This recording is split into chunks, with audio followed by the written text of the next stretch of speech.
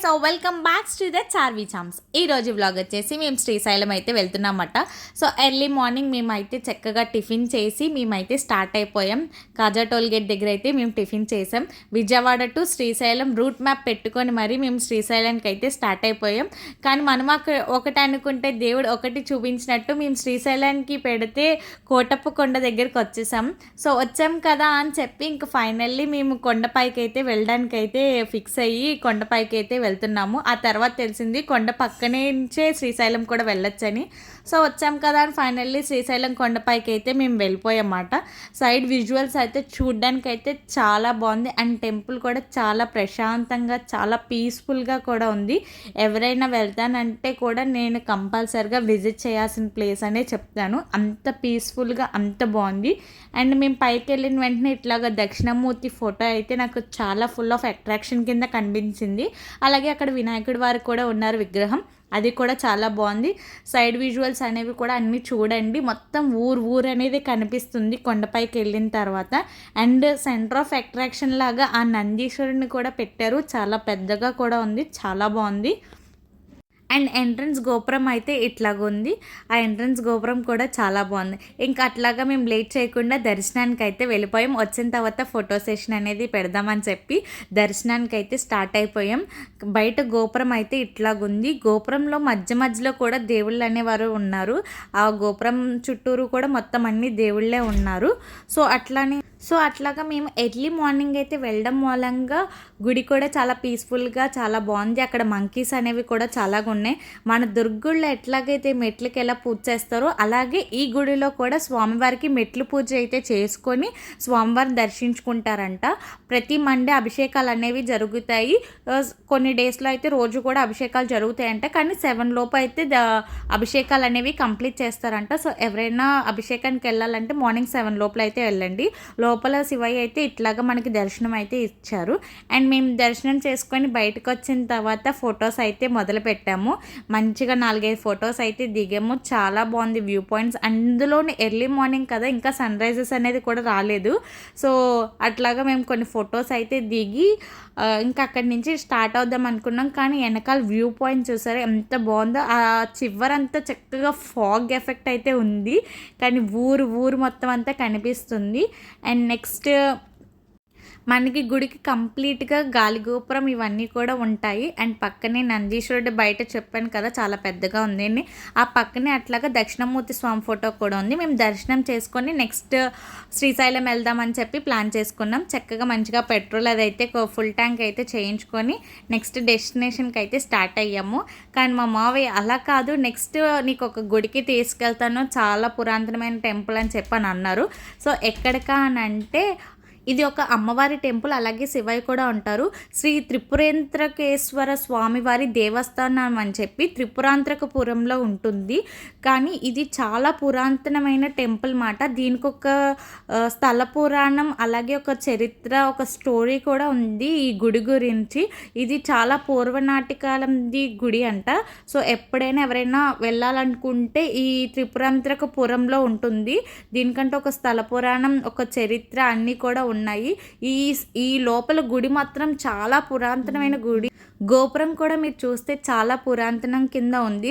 దాన్ని మొత్తం అంతా రీమోల్డింగ్ అయితే చేస్తారు. మొత్తం టెంపుల్ మొత్తం కూడా రీమోల్డింగ్ చేస్తున్నారు. అట్లాగే టెంపుల్కి కూడా పెయింటింగ్స్ అవన్నీ కూడా వేస్తున్నారు. సో అట్లాగే మేము ఆలస్యం చేయకుండా లోపల దర్శనానికి అయితే వెళ్ళిపోయాం. ఇంకా స్వామివారు అయితే మనకి దర్శనం అయితే ఇట్లాగిస్తారు. శివలింగం కూడా అట్లానే ఉంటుంది. అట్లాగే బయట కొంచెం వినాయకుడి వారు అట్లాగే అమ్మవారు కూడా ఉంటారు. అమ్మవారికి అయితే రోజు కుంకుమ పూజ అనేది కూడా చేస్తారు. ప్రతి శుక్రవారం కూడా చేస్తారు. ఎవరైనా వెళ్ళాలనుకుంటే కూడా శుక్రవారం పూట వెళ్ళొచ్చు. కుంకుమ పూజ అయితే ఇట్లాగా చక్ర పూజలు అనేవి కూడా చేస్తారంట.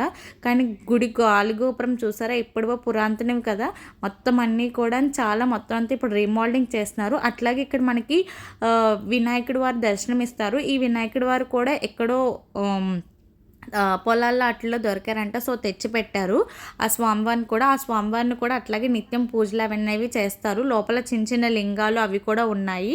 అట్లాగే మొత్తం విజువల్స్ అన్నీ చూస్తే మట్టుకు మొత్తం 3, 4 గోపురాల కింద ఉంటది ఆ గుడి అనేది. అలాగే ఇక్కడ చండీ హోమాలు, శాంతి పూజలు అలాంటివి ఏమైనా హోమాలు అయితే చేసుకుంటారంట.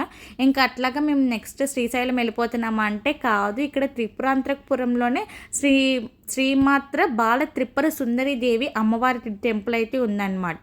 సో, మా మావయ్య అయితే ఈ అమ్మవారిని చాలా బాగా నమ్ముతారు. చాలా ఇదిగా నమ్ముతారు ఆ అమ్మవారిని అయితే మా మావయ్య అయితే. సో, ఆ గుడికి అయితే కంపల్సరీగా తీసుకెళ్లారు. ఇక్కడ ఈ అమ్మవారు కూడా స్వయంభూ అమ్మవారి మాట. అందరూ చాలా బాగా నమ్ముతారు. ఇక్కడ ఏది కోరుకున్నా ఎట్లాంటి కోరికైనా సరే అమ్మవారిని అనేది తీరుస్తారంట. మేము వెళ్ళిన రోజు అమ్మవారికి అయితే కుంకుమ పూజలు అట్లాగే హోమాలు అవి జరుగుతున్నాయి. కరెక్ట్గా మేము నైవేద్యం టైంకి వెళ్ళాము. నైవేద్యం అయిపోయిన తర్వాత మమ్మల్ని దర్శనానికి అయితే ఎలో చేశారు. చాలా అంటే చాలా బాగున్నారు అమ్మవారు. అక్కడ కుంకుమ పూజలు కూడా పంతులు గారు ఎంత బాగా చేస్తున్నారంటే అంత బాగా చేస్తున్నారు. లోపల అమ్మవారు అయితే ఇట్లాగుంటారు. ఇంకా బయటకు వచ్చిన తర్వాత చుట్టుపక్కల మొత్తం అంతా నాగమ్మ అమ్మవార్లును అట్లాగే అమ్మవారి ఫోటోలు ఇవన్నీ కూడా ఉన్నాయి. అవి కూడా ఎప్పటి నుంచో ఉన్నవంట, ఇప్పుడు అయితే పెట్టినాను కాదు. మొత్తం గుడి మొత్తం అంతా ఇదివరకు మీద ఇప్పుడు మొత్తం అంతా రీమోడలింగ్ అయితే చేసేసారు. సో, ఎప్పుడైనా ఎవరైనా త్రిపురాంతకం వెళ్తే మట్టుకు అక్కడ త్రిపురాంతకేశ్వర స్వామివారి టెంపుల్ని అట్లాగే శ్రీ బాల త్రిపుర సుందరి దేవి టెంపుల్ని అయితే మస్ట్ అండ్ షుడ్గా అయితే విజిట్ చేయండి. అండ్ నెక్స్ట్ ఇక్కడ పంతులు గారులు కూడా మొత్తం అంతా హోమాలు జపాలు అనేవి కూడా చేస్తారంట. సో, ఎవరైనా మీకు ఏమన్నా చేయించుకోవాలన్నా కూడా అక్కడ టెంపుల్లో అయితే చేస్తారు. అండ్ మాకైతే ప్రసాదం అయితే పెట్టారు. ప్రసాదం పరవన్నం అయితే పెట్టారు. ఎక్కువగా గుళ్ళో అన్నాక పరవన్నము పులిహోరలు అయితే పెట్టారు. అండ్ నెక్స్ట్ డెస్టినేషన్ ఇంకా శ్రీశైలం అయితే స్టార్ట్ అయిపోయాం. ఇంకా దారి మధ్యలో ఇదైతే ఫుల్ కన్స్ట్రక్షన్లో అయితే ఉంది. మేము వెళ్ళేసరికి రోడ్డు అనేది అస్సలు బాగాలేదు. ఇంకా మేము కొండపైకి వెళ్ళిన తర్వాత కొండపైకి అయితే వెళ్ళిపోయి ఇంకా మధ్యదారిలో అయితే మంకీస్, అసలు మాకు ప్లేస్ కూడా లేదు. వెళ్ళేవే వచ్చేవే కూడా మొత్తం ఒకటే మూలంగా కొంచెం మాకు ట్రాఫిక్గా అనిపించింది. అండ్ నెక్స్ట్ మేమైతే సాక్షి గణపతి టెంపుల్కి అయితే వెళ్ళాలంట. సో, సాక్షి గణపతి టెంపుల్కి అయితే వెళ్ళడానికి అయితే వెళ్తున్నాము. అండ్ లోపల మాకు పెట్రోల్కి అయితే ఎంత ఖర్చు అయిందో టోల్ గేట్లకి కార్ పార్కింగ్ ప్లేస్లకి కూడా సేమ్ అంతే ఖర్చు అయింది. సో, అట్లాగా ముందుగా అయితే సాక్షి గణపతి టెంపుల్ని విజిట్ చేసి ఆ పైకి శ్రీశైలం స్వామివారి దర్శనానికి అయితే వెళ్ళాలంట. ఈ స్వామివారికి మనం సాక్ష్యం చెప్పుకొని, అంటే మేము స్వామివారి దర్శనం చేసుకుంటున్నాం, నువ్వే మాకు సాక్ష్యం అని చెప్పి ఆ స్వామివారికి మనం సాక్ష్యం చెప్పుకొని అప్పుడు శ్రీశైలం దర్శనానికి అయితే వెళ్ళాలన్నమాట. సో, ఇట్లాగా టోల్గేట్ అయితే లోపలికి ఎంట్రన్స్ అవ్వడానికి కూడా టోల్గేట్ కట్టాలి. మేము 100 రూపీస్ అయితే ఛార్జ్ చేసి లోపలికి అయితే వెళ్ళామన్నమాట. మేము ఆనంద నిలయం అని చెప్పి ఒక రూమ్స్ అయితే తీసుకున్నాం. రూమ్స్ అనేవి కూడా చాలా బాగున్నాయి. అండ్ బయటే మాకు ఎంట్రన్స్లోనే చాలా బాగా లోపలికి ఎంటర్ అవ్వడానికే చాలా బాగుంది. ఇదైతే న్యూ కన్స్ట్రక్షన్ కింద చేస్తున్నారు. ఆల్రెడీ 2 ఫ్లోర్స్ అనేవి ఆల్రెడీ ముందు నుంచి ఉన్నాయంట. ఇప్పుడు దాన్ని 4 ఫ్లోర్స్ కింద అయితే కన్స్ట్రక్షన్ చేస్తున్నారు. లోపల రూమ్స్ అయితే చాలా బాగున్నాయి. ఎవరైనా వెళ్ళాలనుకుంటే ఈ రూమ్స్ అనేవి మీరు ప్రిఫర్ చేయొచ్చు. ఇంకా మేము అలా లోపలికి వెళ్ళిపోయాం.